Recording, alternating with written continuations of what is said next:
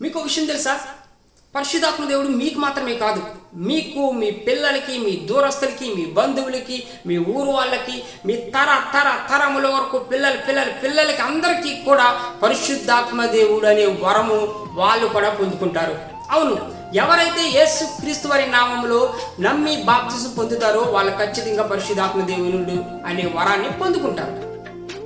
ఈరోజు పరిశుద్ధాత్మ దేవుడు నన్ను అభిషేకిస్తాడో లేదో, పరిశుద్ధాత్మ దేవుడు నాలోకి వస్తాడో లేదో, పరిశుద్ధాత్మ దేవుడు నన్ను వాడుకుంటాడో లేదో అనే అనుమానంతో నువ్వు ఉన్నావా? ఖచ్చితంగా పరిశుద్ధాత్మ దేవుడు నిన్ను వాడుకుంటాడు. ఒకవేళ ఇప్పటికే నువ్వు బాప్తిసం పొంది యేసయ్యను నమ్ముతున్నట్లయితే ఖచ్చితంగా పరిశుద్ధాత్మ దేవుడు నీలోనికి వస్తాడు. ఖచ్చితంగా పరిశుద్ధాత్మ దేవుడు ఆయన వరములతోటి, ఫలములతోటి మిమ్మల్ని నింపుతాడు.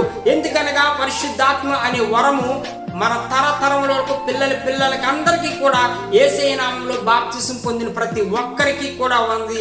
యేసయ్య రాకడ వరకు కూడా పరిశుద్ధాత్మ దేవుడు పనిచేస్తాడు. ఖచ్చితంగా